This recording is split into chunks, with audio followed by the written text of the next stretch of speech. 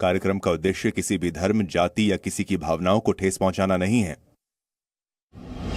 जी news प्रस्तुत करता है टाइम मशीन। नमस्कार, आपके साथ मैं हूं अदिति त्यागी। वक्त कभी थमता नहीं है, जो बीत गया सो बीत गया, लेकिन गुजरे वक्त से आप सबक जरूर ले सकते हैं।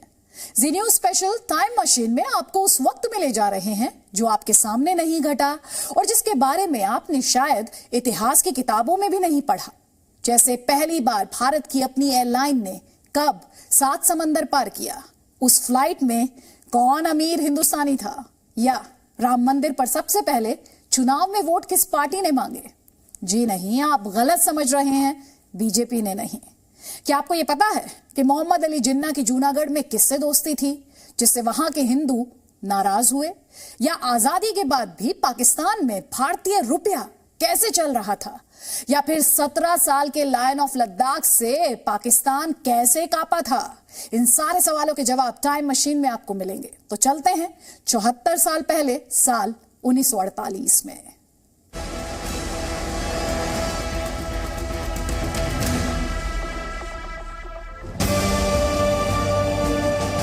लंबी गुलामी से आजादी मिलने के बाद हिंदुस्तान सुनहरे भविष्य के सपने संजो रहा था और इन्हीं सपनों में एक था इंटरनेशनल एयरलाइंस का, भारत की अपनी इंटरनेशनल एयरलाइंस का। और ये सपना पूरा हुआ 8 जून 1948 को। इंटरनेशनल एयरलाइंस के सपने को साकार किया टाटा ग्रुप के मुखिया JRD टाटा ने। टाटा की एयर इंडिया ने अपनी पहली अंतर्राष्ट्रीय उड़ान 8 जून 1948 को मुंबई से लंदन के बीच भरी थी, जो काहिरा और जेनेवा होते हुए लंदन पहुंची थी।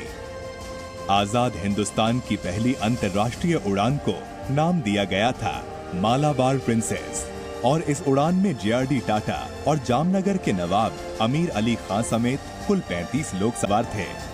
उस वक्त मुंबई से लंदन की 7000 किलोमीटर की दूरी तय करने में 2 दिन लग गए थे, जबकि आज ये दूरी 8 से 11 घंटे में तय हो जाती है।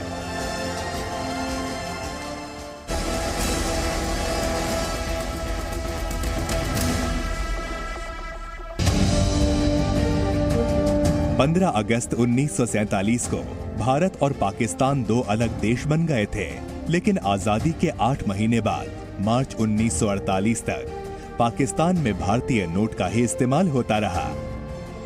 आजादी के 8 महीने बाद पाकिस्तान ने अपनी करेंसी बनाई और वहां की तत्कालीन सरकार ने 1 अप्रैल 1948 से भारतीय करेंसी का इस्तेमाल बंद कर दिया।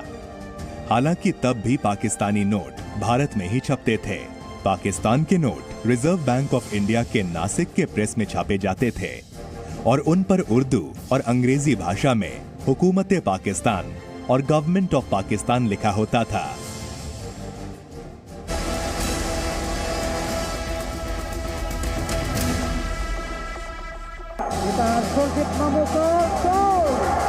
अंग्रेजों की गुलामी से आजादी मिलने के 1 साल के अंदर भारत की हॉकी टीम ने लिया सबसे अनोखा बदला। अंग्रेजों को उनके ही घर में बुरी तरह हराकर ओलंपिक में लगातार चौथी बार गोल्ड मेडल पर कब्जा जमाया। लंदन ओलंपिक से पहले भी भारत 3 बार गोल्ड मेडल जीत चुका था, लेकिन आजाद मुल्क के तौर पर भारतीय हॉकी टीम का ये पहला गोल्ड मेडल था। और सोने पर सुहागा ये कि ये गोल्ड मेडल उन अंग्रेजों को हराकर जीता जिन्होंने हिंदुस्तान पर करीब 200 साल राज किया था। 1948 के लंदन ओलंपिक्स में हॉकी के फाइनल मुकाबले में भारत ने ब्रिटेन को 4-0 से हराया था।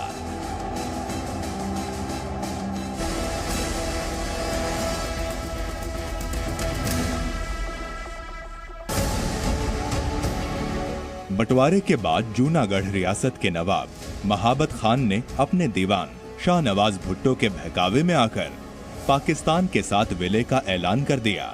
शाहनवाज भुट्टो पाकिस्तान के जनक माने जाने वाले मोहम्मद अली जिन्ना के रिश्तेदार थे।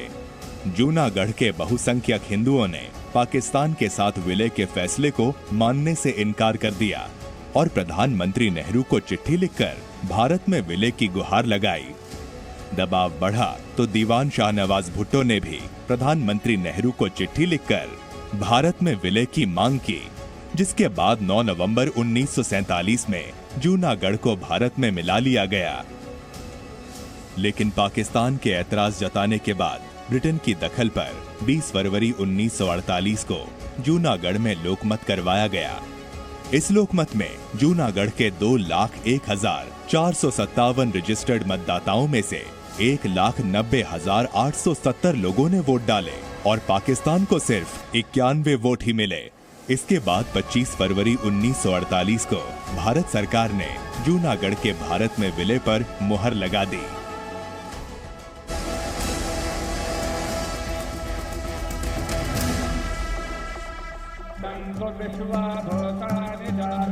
आज अयोध्या में भव्य राम मंदिर के निर्माण का पूरा क्रेडिट प्रधानमंत्री नरेंद्र मोदी और बीजेपी के नेताओं को दिया जा रहा है। लेकिन आपको ये जानकर हैरानी होगी कि राम मंदिर आंदोलन की बुनियाद बीजेपी या आरएसएस ने नहीं बल्कि कांग्रेस ने रखी थी। आजादी के 1 साल बाद यानी 1948 में पहली बार राम मंदिर का इस्तेमाल चुनावी फायदे के लिए हुआ था।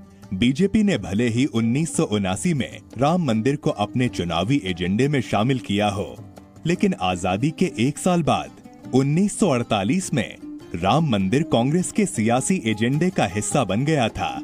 तब अयोध्या के उपचुनाव में कांग्रेस के उम्मीदवार ने न सिर्फ राम के नाम पर वोट मांगे थे, बल्कि हार्डकोर हिंदुत्व कार्ड भी खेला था। तब कांग्रेस ने पार्टी से बगावत कर चुके आचार्य नरेंद्र देव के खिलाफ हिंदू संत बाबा राघव दास को मैदान में उतारा था। उस वक्त प्रचार करने पहुंचे कांग्रेस के बड़े नेता गोविंद वल्लभ पंत ने राम के नाम पर बाबा राघव दास के लिए वोट मांगे थे।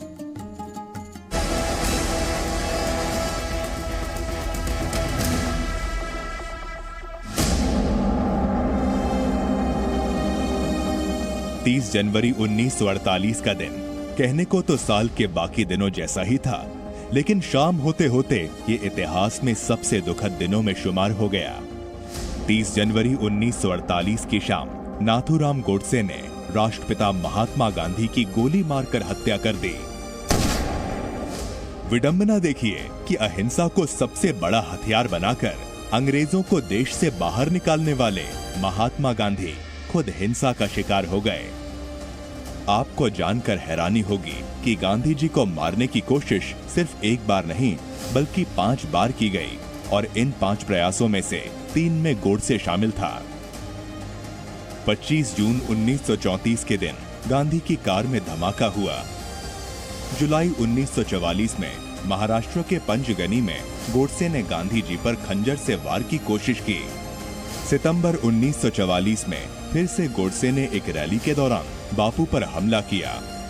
जून 1946 को ट्रेन से पुणे की यात्रा कर रहे महात्मा गांधी की ट्रेन को क्षति पहुंचाने की कोशिश की गई। फिर वो दिन आया जो पूरे देश को शोक में डुबा गया। 30 जनवरी 1948 की शाम महात्मा गांधी प्रार्थना के लिए बिरला मंदिर पहुंचे।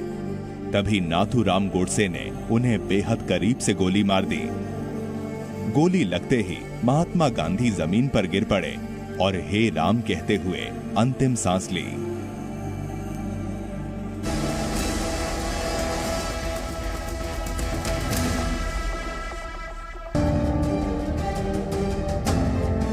आजादी के वक्त देश में अगर सबसे ज्यादा चर्चित कोई था तो वो थे लॉर्ड माउंटबैटन। वही लॉर्ड माउंटबैटन जो देश के आखिरी अंग्रेज अफसर थे। फरवरी 1947 में लॉर्ड लुइस माउंटबैटन को ब्रिटिश भारत का आखिरी वायसराय नियुक्त किया गया था।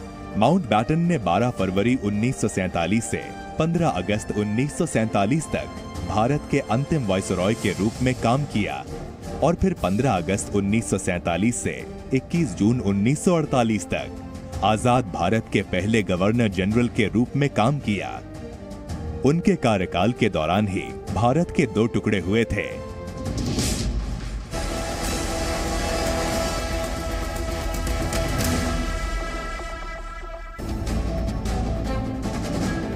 बंटवारे के बाद पाकिस्तान कश्मीर पर कब्जे के लिए अड़ा हुआ था। अपने नापाक मंसूबों को अंजाम तक पहुंचाने के लिए पाकिस्तान ने कबायली लुटेरों की मदद ली और उनके जरिए कश्मीर के कई इलाकों में कत्ले आम करवाया। 13 मई 1948 को भारत ने जब पाकिस्तान समर्थित कबायली लुटेरों को कश्मीर से हटाने के लिए अभियान की शुरुआत की, तब 17 साल का स्कूली छात्र चेवांग रिनचेन इस अभियान से जुड़ने वाला पहला व्यक्ति था। युद्ध की बुनियादी ट्रेनिंग लेने के बाद रिनचेन ने 28 स्वयंसेवकों की एक टीम का नेतृत्व किया, जिसे नुब्रा गाइड्स कहा जाता था। चेवांग रिनचेन और उनके साथियों ने अदम्य साहस का परिचय देते हुए कबायली लुटेरों के इरादों को मिट्टी में मिला दिया। शानदार नेतृत्व और वीरता के लिए रिनचेन को भारतीय सेना में पहला कमीशन अधिकारी बनाया गया। साथ ही उन्हें देश के दूसरे सर्वोच्च वीरता पुरस्कार महावीर चक्र से सम्मानित किया गया। रिनचेन को लायन ऑफ लद्दाख की उपाधि भी दी गई।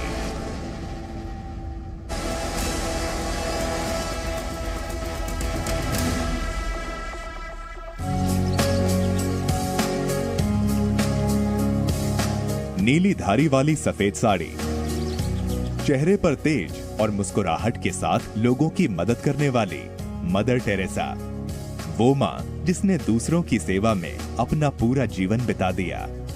लोगों की मदद और सामाजिक कार्यों ने मदर टेरेसा को पूरी दुनिया में पहचान दिलाई और उनके साथ नीली धारी वाली सफेद साड़ी भी पूरी दुनिया में मशहूर हो गई। मदर टेरेसा ने साल 1948 में वेटिकन की इजाजत से नीली धारी वाली साड़ी को क्रॉस के साथ पहनना शुरू किया था। 1948 में जब कोलकाता की सड़कों पर वो लोगों की मदद करने उतरी, तभी से ये साड़ी उनकी पहचान बन गई। मदर टेरेसा की ये साड़ी अब मिशनरीज ऑफ चैरिटी की नन्स की पहचान बन चुकी है। 3 दशकों से भी ज्यादा समय से कोलकाता में स्थित मिशनरीज ऑफ चैरिटी के कुष्ठ रोग आश्रम के मरीज ये साड़ी बना रहे हैं, जिसका इस्तेमाल नन्स करती हैं।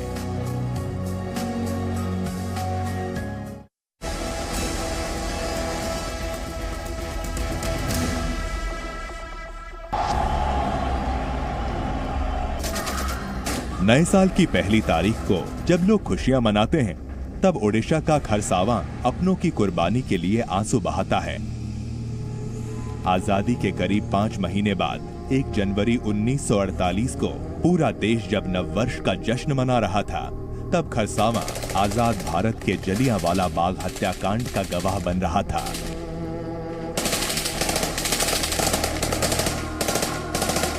खरसावां एक छोटी सी रियासत थी जो ओडिशा में अपने विलय का विरोध कर रही थी। वहां के आदिवासी अपने लिए अलग राज्य की मांग को लेकर प्रदर्शन कर रहे थे। 1 जनवरी 1948 के दिन प्रशासन ने प्रदर्शन कर रहे लोगों पर अंधाधुंध गोलियां चलवा दी। सरकारी आंकड़ों के मुताबिक उस फायरिंग में सिर्फ 17 लोगों की मौत हुई थी, लेकिन स्थानीय लोगों का दावा था कि उस घटना में सैकड़ों लोग मारे गए थे और कहा जाता है कि मौत का आंकड़ा छिपाने के लिए लोगों के शवों को कुएं में फेंक दिया गया था। उस वक्त देश के गृह मंत्री रहे सरदार वल्लभ भाई पटेल ने भी खरसावां की घटना की तुलना जलियांवाला बाग हत्याकांड से की थी। तो ये था टाइम मशीन में 1948 का सफर। सिर्फ 1 ही साल का था उस वक्त देश। बंटवारे का दर्द था, एक दूसरे से बिछड़ने का मातम था, लेकिन कहीं ना कहीं आगे बढ़ने का जज्बा भी था। कल इसी वक्त टाइम मशीन में लगेगा 1949 का नंबर। तब तक के लिए नमस्कार। अमृत महोत्सव के प्रारंभ होने राष्ट्रपति जी ने आपातकाल की घोषणा